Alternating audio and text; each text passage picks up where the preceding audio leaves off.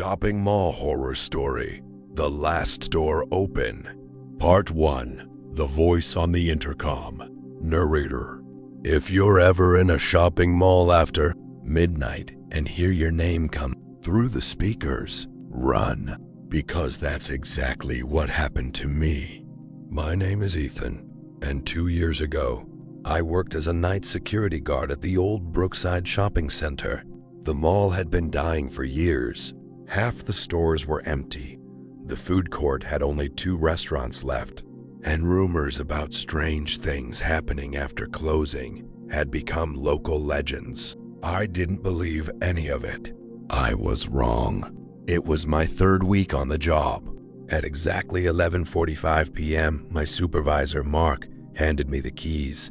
Lock every entrance, do your rounds, and whatever you do, he said. He suddenly stopped. What? He looked around nervously. If you hear music from the 3rd floor, don't go up there. I laughed. The mall only has 2 floors. Mark's face turned pale. Exactly. Then he walked away. At midnight, I began my patrol. Everything seemed normal. The empty stores looked creepy, but that was all. Then I heard it. A child's laughter. I stopped. The sound came from the dark food court. I turned my flashlight toward the tables. Nothing.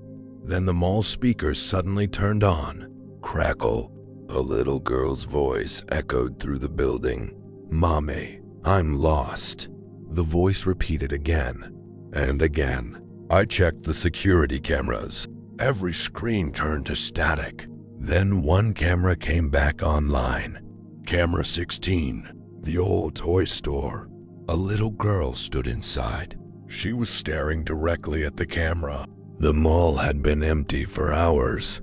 I grabbed my radio. Mark, do we have someone inside? No answer. I looked back at the monitor. The girl was gone. Then a new voice came through the speakers. A deep, whispering voice. Ethan, come find me. I nearly dropped my flashlight. I had never told anyone my name. I decided to check the toy store. The closer I got, the colder the air became. The lights above me flickered, one by one. Then they all shut off. Darkness. A few seconds later, a small flashlight beam appeared at the end of the hallway. Someone was standing there. A child.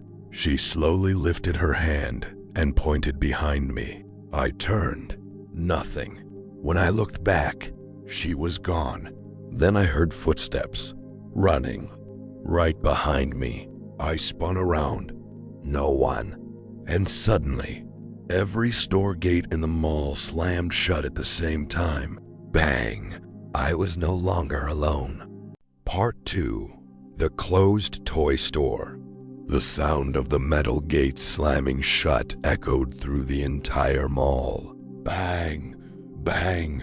Bang! I froze. Then my radio crackled. Ethan! It was Mark's voice. Get out of the toy store hallway. Right now.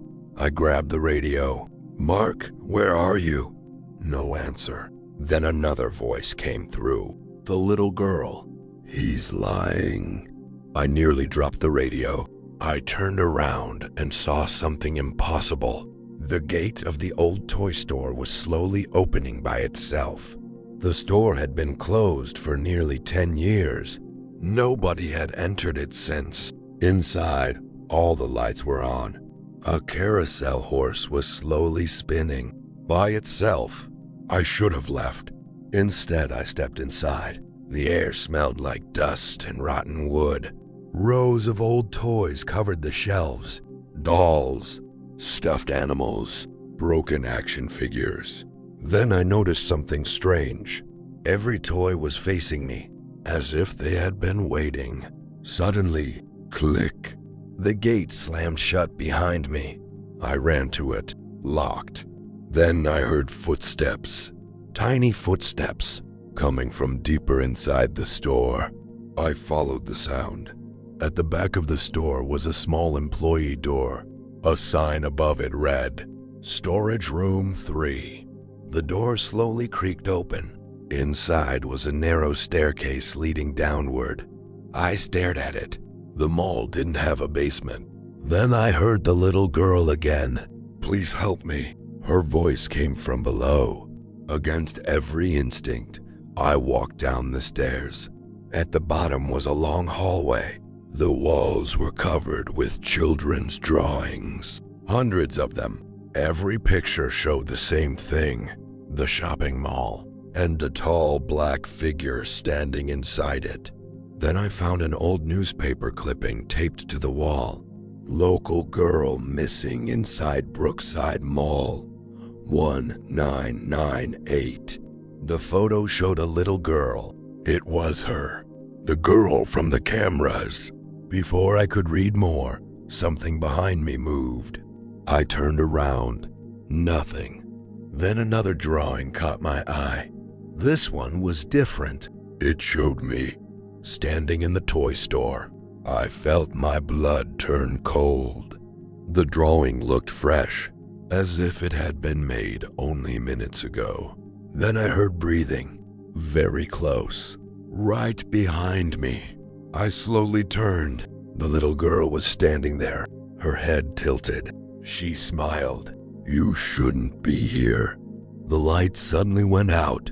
Darkness swallowed the hallway. Then I heard dozens of children's voices whispering at once. "Run." I turned on my flashlight. The girl was gone, but the drawings on the walls had changed. Now every picture showed only one thing. Me, lying on the mall floor, not moving. And at the end of the hallway, the tall black figure was standing there, watching me. Then it took one slow step forward. Part 3. The Man in the Dark. The tall figure took another step, then another. Its body was unnaturally thin, almost touching the ceiling. I couldn't see its face. It was covered in darkness. I turned and ran. The hallway seemed longer than before. The stairs I had come down were gone. Instead, there was only another corridor. The whispers of children followed me. "Don't let him catch you." I finally found a door and slammed it open. It led into an old security office. Dust covered everything. The monitors were still on. One screen showed the toy store, another showed the food court, and one camera showed me. I was standing in the security room, staring at the monitors, but I was also standing in the room itself. I looked at the screen again. The version of me on the monitor slowly smiled. I wasn't smiling. The lights flickered. Then every monitor changed to the same image. A newspaper headline. 3 children missing inside Brookside Mall, 1998. Below it was another photo. A security guard. I felt sick. It was Mark. Except the picture was dated 1998. That couldn't be possible. Mark looked exactly the same. Suddenly, the radio came to life. "Ethan, you found the room." It was Mark's voice. "Who are you?" I shouted. A long silence followed. Then he answered, "I used to work here, just like you." The office door slammed shut. A figure appeared on one of the monitors. Mark. He was standing in the food court. Behind him stood the tall black figure. Then Mark looked directly into the camera. "You need to leave. He's awake." The screen went black. A second later, someone knocked on the office door. 3 slow knocks. Knock, knock, knock. I didn't move. Then came another knock. This time from inside the room. I turned around. The storage closet door slowly creaked open. A little girl stepped out. It was the missing child. She looked terrified. "You have to hide," she whispered. "Who is he?" I asked.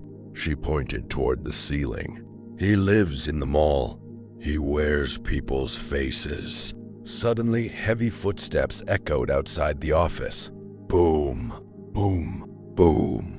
The doorknob slowly turned. The girl looked at me with tears in her eyes. He already knows your name."